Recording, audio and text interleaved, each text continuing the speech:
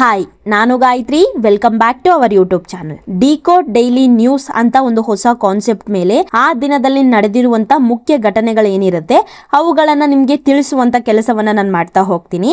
And decode daily ಅಂತ ಏನಕ್ಕೆ ಇಟ್ಟಿದೆ ಅಂತಂದ್ರೆ ಆ ವಿಚಾರಗಳನ್ನ ಕ್ಲೀನ್ ಆಗಿ ನಿಮ್ಗೆ ಸಿಂಪಲ್ ಆಗಿ ಅರ್ಥ ಮಾಡಿಸ್ತೀನಿ.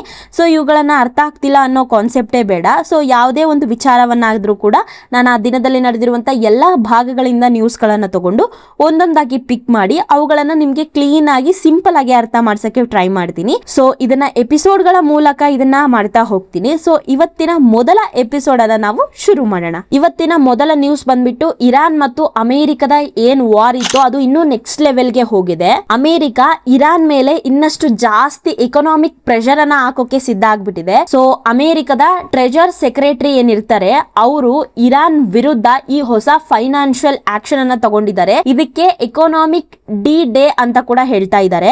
ಸಿಂಪಲ್ ಆಗಿ ಹೇಳ್ಬೇಕಂದ್ರೆ ಇರಾನ್ ಎಕನಾಮಿಕ್ ಮೇಲೆ ಪ್ರೆಷರ್ ಹಾಕೋದು, ಅದರ ಆಯಿಲ್ ಟ್ರೇಡ್ ಮತ್ತೆ ಇರಾನ್ ಜೊತೆ ಬಿಸ್ನೆಸ್ ಮಾಡ್ತಿರುತ್ತಲ್ವಾ ದೇಶಗಳು ಅಂಡ್ ಕಂಪನಿಗಳು ಕೆಲವೊಂದು, ಅದರ ಮೇಲೂ ಕೂಡ ಕಠಿಣ ಕ್ರಮಗಳನ್ನ ತೆಗೆದುಕೊಳ್ಬೇಕು ಅನ್ನೋದು ಅಮೆರಿಕದ ಪ್ಲಾನ್. ಇದರ ನಡುವೆ ಇರಾನ್ ಏನ್ ಸುಮ್ನೆ ಕುತ್ಕೊಂಡಿಲ್ಲ. ಇದು ಹಾರ್ಮೋಸ್ ಜಲಸಂಧಿ ಅಂತ ಏನ್ ಬರುತ್ತೆ ಇದರ ಮೂಲಕನೇ ಆಲ್ಮೋಸ್ಟ್ ಆಯಿಲ್ ಎಲ್ಲ ಕೂಡ ಹೋಗೋದು. ಸೊ ಅದಕ್ಕೋಸ್ಕರ ನಾವು ಒಂದು ಹನಿಯನ್ನು ಕೊಡೋ ಆಯಿಲ್ ಅನ್ನ ಇದ್ರ ಮೂಲಕ ನಾವು ಬಿಟ್ಕೊಡೋದಿಲ್ಲ ಅಂತ ಅವರು ಕೂಡ ಗಟ್ಟಿಯಾಗಿ ಕೂತ್ಕೊಂಡ್ಬಿಟ್ಟಿದ್ದಾರೆ. ಸೊ ಇವರಿಬ್ಬರ ಜಗಳದಲ್ಲಿ ವರ್ಲ್ಡ್ ಅಂದ್ರೆ ಇಡೀ ಪ್ರಪಂಚಕ್ಕೆ ಪ್ರಾಬ್ಲಮ್ ಆಗುವಂತ ಸಿಚುವೇಶನ್ ಅಲ್ಲಿ ನಾವು ಬಂದು ಕೂತ್ಕೊಂಡಿದೀವಿ.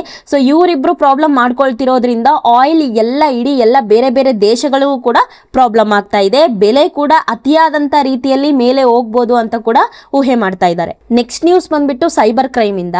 ದೆಹಲಿಯ ಲಕ್ಷ್ಮೀ ನಗರ ಅನ್ನೋ ಒಂದು ಜಾಗದಲ್ಲಿ ಏರ್ ಇಂಡಿಯಾ ಕಂಪನಿಯಲ್ಲಿ ನಿಮ್ಗೆ ಕೆಲಸವನ್ನ ಹುಡುಕೊಡ್ತೀವಿ, ಅಲ್ಲಿ ನಿಮ್ಗೆ ಏನು ಗ್ರೌಂಡ್ ಫ್ಲೋರ್ ನಲ್ಲಿ ನಿಮ್ಗೆ ಏನ್ ಕೆಲಸ ಇರುತ್ತೆ ಅದನ್ನ ನಿಮ್ಗೆ ಕೊಡಿಸ್ತೀವಿ ಅಂತ ಕಾಲ್ ಸೆಂಟರ್ ನಿಂದ ಕಾಲ್ ಮಾಡ್ತಾರೆ ಗೊತ್ತಾ. ಲೈಕ್ ಆತರ ಫೇಕ್ ಕಾಲ್ ಮಾಡುವಂತವ್ರು ಇಲ್ಲಿ ಪತ್ತೆ ಆಗಿದ್ದಾರೆ. ಅವ್ರೇನ್ ಆರೋಪಿಗಳು ಏನಿದ್ದಾರೆ ಅವ್ರೇನಂತ ಹೇಳ್ಕೊಂಡಿದ್ದಾರೆ ಅಂದ್ರೆ ಏರ್ ಇಂಡಿಯಾ ಕಂಪನಿ ಏನಿರುತ್ತೆ ಲೈಕ್ ಏರ್ ಇಂಡಿಯಾ ಏನಿರುತ್ತೆ ಅದರ HR ಗಳು ನಾವು ಮಾತಾಡ್ತಿರೋದು ಅಂತೇಳಿ ಈ ಒಂದು ಜಾಬ್ ಏನ್ ಹುಡುಕ್ತಾ ಇರ್ತಾರೆ ಅವ್ರಿಗೆ ಈ ತರ ಆಫರ್ ಅನ್ನ ನೀಡಿ ನೀವು ರಿಜಿಸ್ಟರ್ ಫೀಸ್ ಕಟ್ಬೇಕಾಗತ್ತೆ, ಆ ಫೀಸ್ ಕಟ್ಬೇಕಾಗತ್ತೆ, ಹಂಗೆ ಹಿಂಗೆ ಅಂತ ಸುಮಾರು ದುಡ್ಡನ್ನು ಹೊಡ್ಕೊಂಡಿದ್ದಾರೆ. ಸೊ ಆಮೇಲೆ ಎಲ್ಲ ಕಂಪ್ಲೇಂಟ್ಸ್ ಎಲ್ಲ ಬರುತ್ತೆ ಅಲ್ವಾ. ಸೊ ಕಂಪ್ಲೇಂಟ್ ಎಲ್ಲ ಬಂದ್ಮೇಲೆ ಈ ಒಂದು ಪೊಲೀಸರು ಹೋಗಿ ಇನ್ವೆಸ್ಟಿಗೇಷನ್ ಮಾಡಿ ನೋಡಿದಾಗ 3 ಸಿಕ್ಬಿದ್ದಿದ್ದಾರೆ. ಸೊ ಹೀಗೆ ಇನ್ನೇನೇನೆಲ್ಲ ಪ್ರಾಬ್ಲಮ್ ಗಳಾಗಿದೆ, ಇನ್ನೆಷ್ಟು ಜನಕ್ಕೆ ಈ ರೀತಿಯ ಮೋಸ ಮಾಡಿದ್ದಾರೆ ಅಂತ ಇನ್ನೂ ಕೂಡ ಆ ಒಂದು ಇನ್ವೆಸ್ಟಿಗೇಷನ್ ನಡೀತಾ ಇದೆ. ನೆಕ್ಸ್ಟ್ ನ್ಯೂಸ್ ಬಂದ್ಬಿಟ್ಟು ಗೋಲ್ಡ್ ಸ್ಮಗ್ಲಿಂಗ್ ಇಂದ.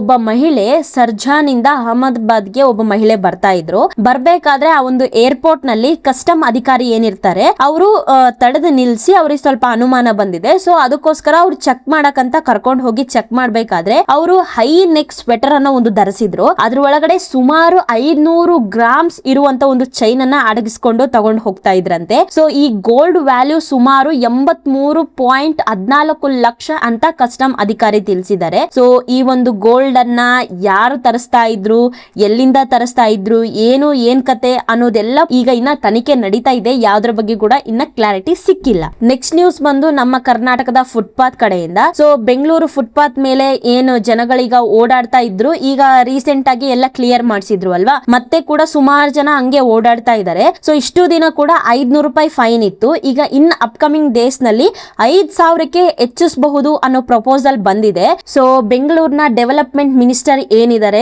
ಕೃಷ್ಣ ಬೈರೇಗೌಡ ಅವರು ಈ ಒಂದು ಪ್ರಪೋಸಲ್ ಅನ್ನ ಇನ್ನು ಈ ಒಂದು ಸರ್ಕಾರಕ್ಕೆ ಇಟ್ಟಿದ್ದಾರೆ.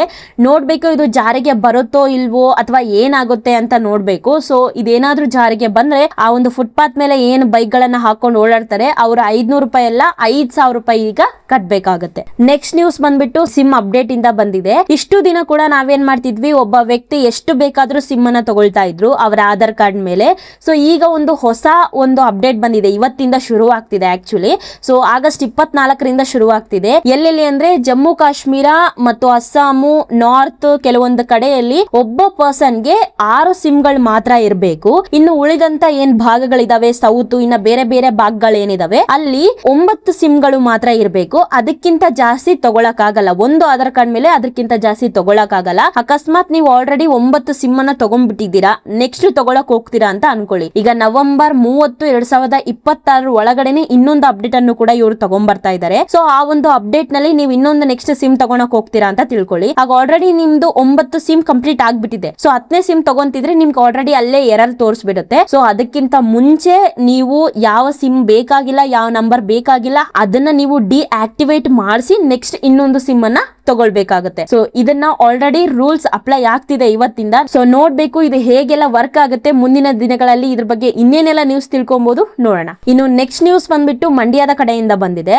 ಸೊ ಮಂಡ್ಯದಲ್ಲಿ ಒಬ್ಬ ಭಿಕ್ಷುಕೆ ಮಹಿಳೆ ಏನಿರ್ತಾರೆ ಅವರು ಸತ್ತು ಹೋಗಿದ್ದಾರೆ ಮೊನ್ನೆ. ಸೊ ಸತ್ತೋದ್ಮೇಲೆ ಅವರ ಅಕ್ಕಪಕ್ಕದಲ್ಲಿ ಇರುವಂತ ಜನಗಳೇನಿರ್ತಾರೆ ಅವರು ಹೋಗಿ ನೋಡಿದ್ದಾರೆ. ಸೊ ನೋಡಿದಾಗ ಅವರಿಗೆ ಒಂದು ಅಚ್ಚರಿಯ ವಿಷಯ ಕಂಡು ಬಂದಿದೆ. ಏನು ಅಂದ್ರೆ ಅವ್ರ ಮನೆಯಲ್ಲಿ ಆಲ್ಮೋಸ್ಟ್ 30 ಮೂಟೆಗಳಷ್ಟು ಹಣವನ್ನ ಅವರು ತುಂಬಿಸಿ ಇಟ್ಟಿದ್ದಾರೆ. ಕರೆನ್ಸಿಗಳು ಕೂಡ ಇದಾವೆ ಅದರಲ್ಲಿ. ಜೀವನ ಪೂರ್ತಿ ಅವ್ರೇನು ಭಿಕ್ಷಾಟನೆ ಮಾಡಿ ಏನು ದುಡ್ಡು ಬಂದಿದೆ ಅದೆಲ್ಲದನ್ನು ಕೂಡ ಚೀಲಗಳಲ್ಲಿ ಹಾಕಿ ಕಾಯಿನ್ಗಳು ಎಲ್ಲವನ್ನು ಕೂಡ ಸಂಗ್ರಹಿಸಿ ಇಟ್ಟಿದ್ದಾರೆ. ಸೊ ಅದೆಲ್ಲದನ್ನು ಕೂಡ ಕೌಂಟ್ ಮಾಡಿ ನೋಡಿದಾಗ ಆ ಒಂದು ದುಡ್ಡು 8,40,000 ರೂಪಾಯಿ ಇದೆ ಅಂತ ಗೊತ್ತಾಗಿದೆ.